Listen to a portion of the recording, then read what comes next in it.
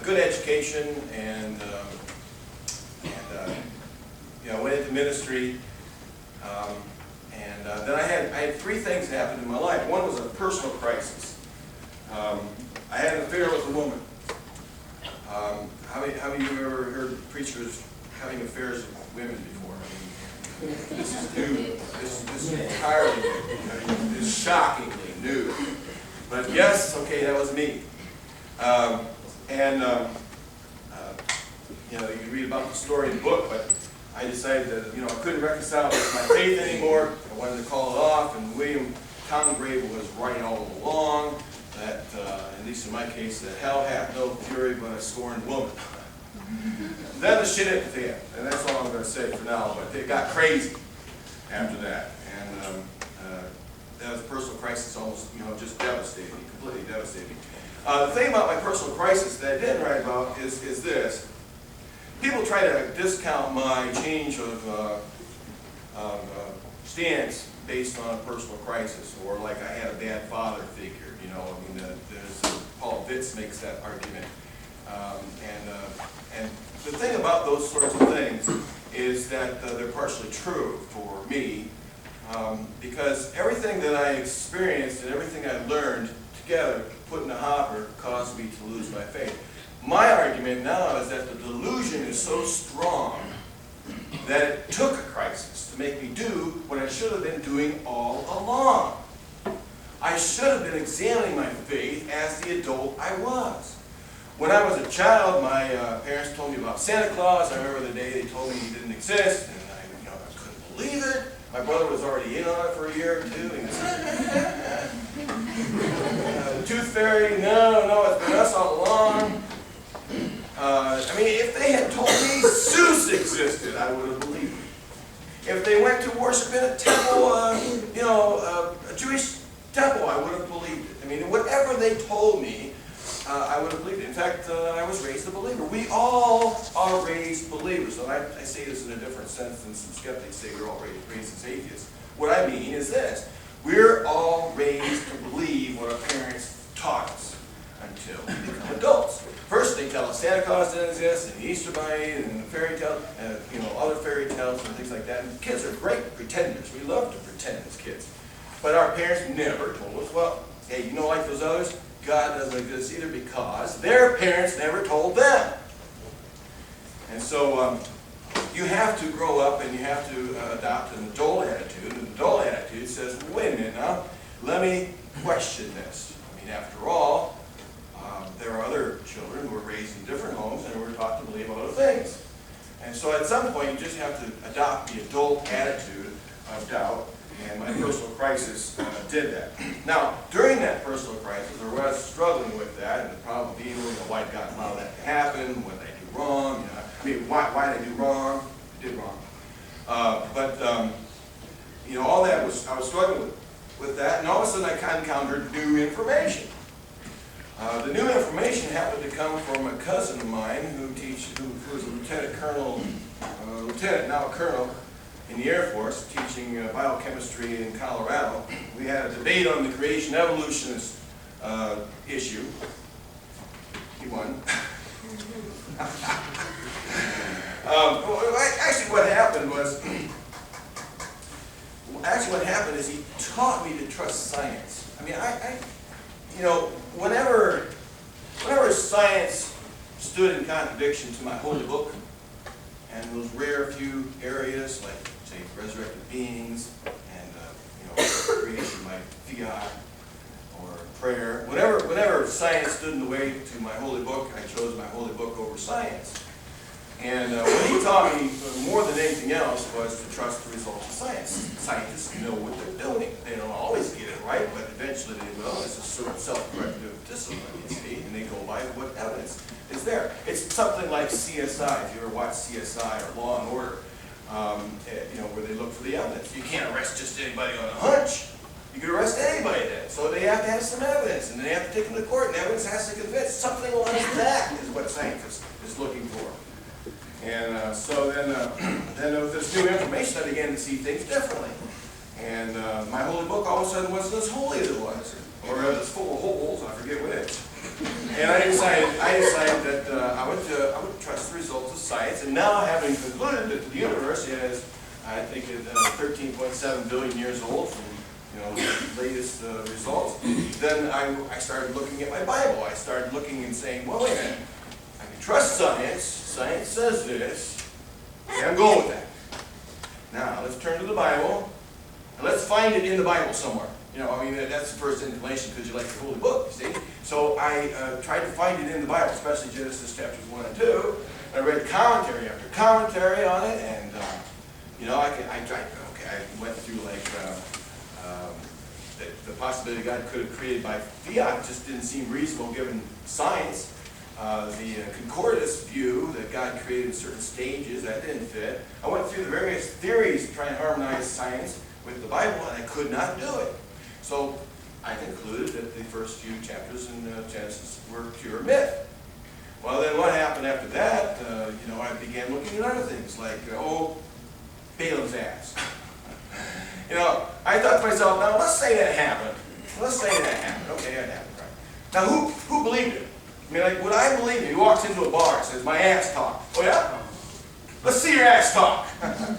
Nobody's going to actually believe that story. It's myth too. It's myth, and you can find parallels places in other parts of literature in the ancient world.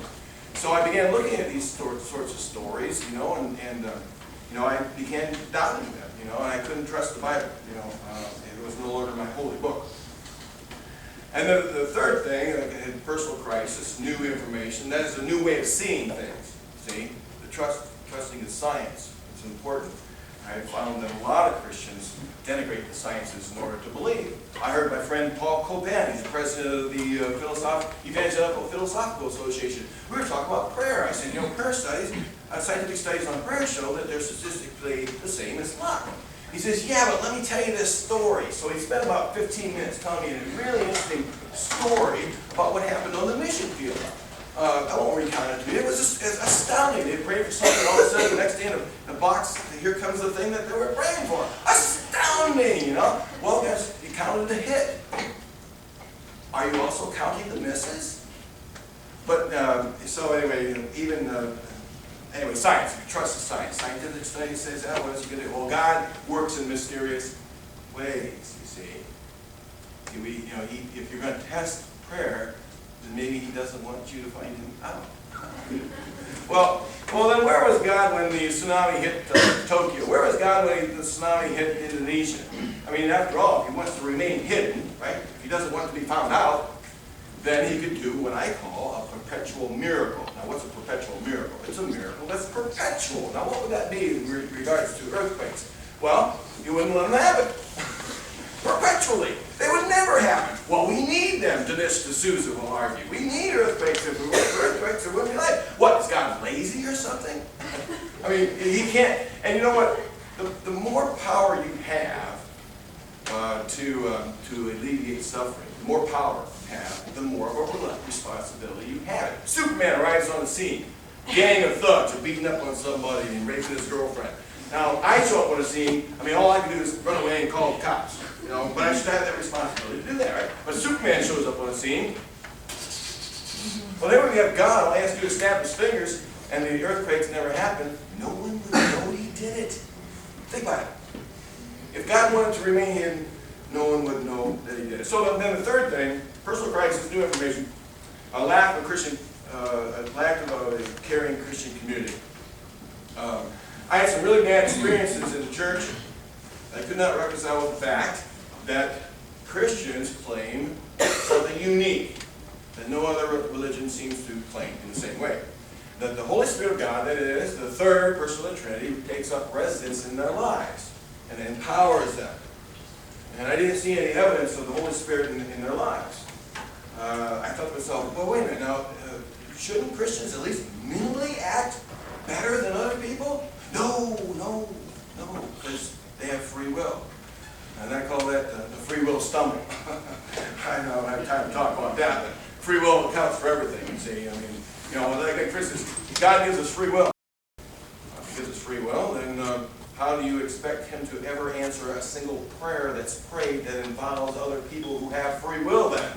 You pray, oh, I want to, have a safe trip when I go down to speak at the university, and but then there might be a predator lurking in the shadows, to get me.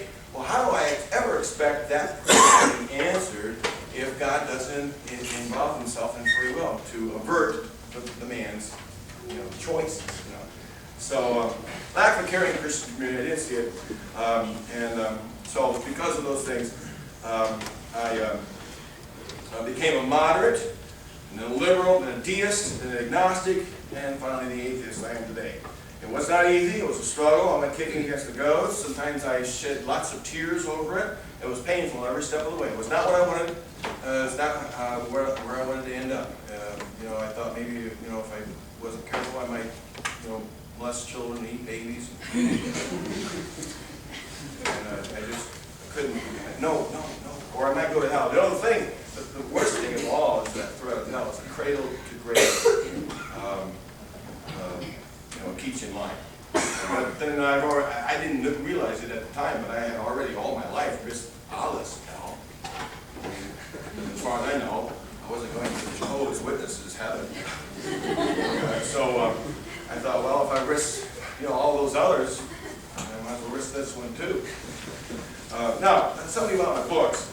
A few years after I left my Delusion, I began writing about what I had concluded.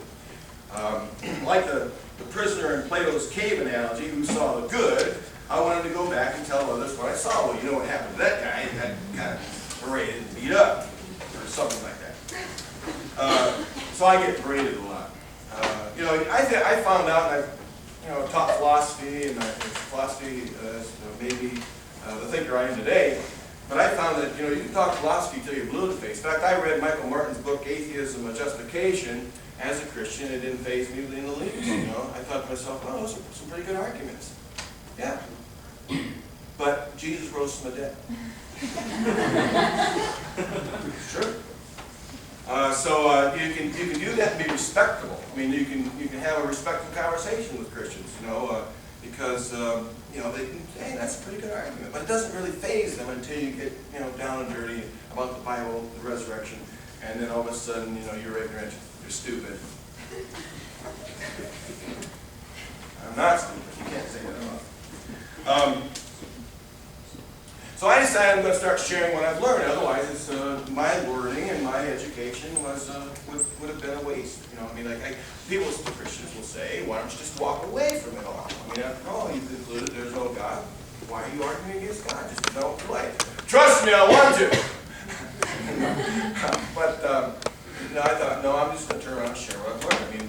If people like me don't turn around and share what we've learned, then, I think we're doing humanity a disservice. And another thing is there's a lot of people in my line of free thinkers who have shed blood in order for me to speak out, I just can't trample on their blood like that. I must speak out because they have, because their blood has been shed so that we do have the freedoms that we can have a meeting like this.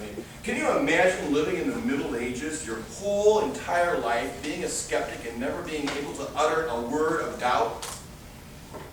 There might have been people like that, probably were.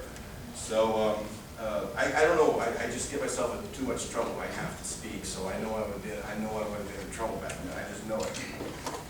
Now, I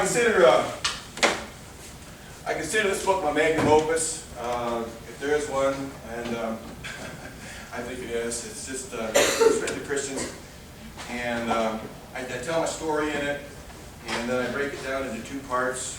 The first part is trying to show why we should be outsiders, trying to give arguments that it's best to be skeptics with regard to religion, and so it's trying to argue from things like the problem of evil, the failure of petitionary prayer, the arguments against the existence of God. One of my favorite chapters is on the core evidence of history. Yesterday's evidence can no longer be evidence for us today.